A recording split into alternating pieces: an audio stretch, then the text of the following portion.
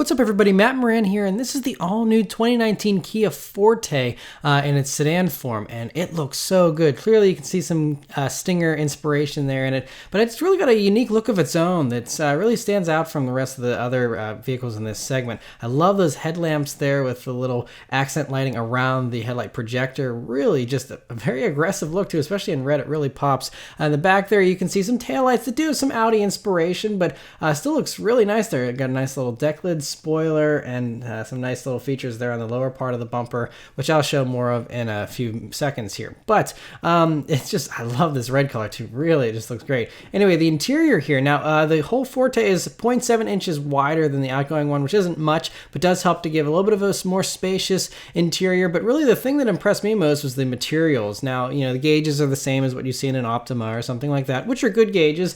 Nothing to complain about for sure. Nice infotainment screen that's touchscreen, standard Apple CarPlay and Android Auto, by the way. Good amount of storage space here, but that shifter, that's actual heavy metal that's there on the shifter. It feels real. It's cold to the touch, you know, and it's around the shift boot as well. Just really nice quality materials, even metal buttons there on the steering wheel. A trickle down from the Stinger, but just really unexpected from this vehicle class. Good amount of space in the rear here as well, thanks to the Forte being 3.2 inches longer than the outgoing one.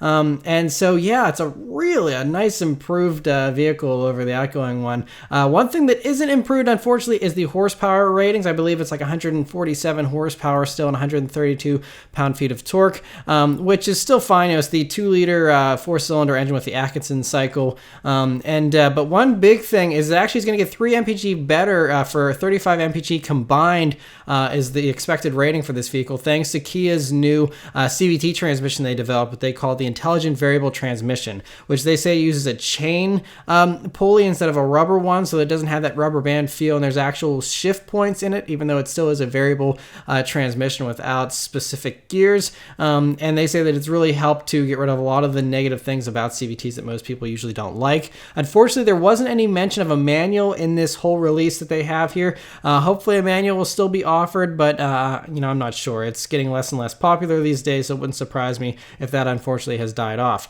But yeah, so really well done vehicle. Let me know your thoughts about it in the comments below. Thank you guys very much for watching, and I'll see you next time. Take care.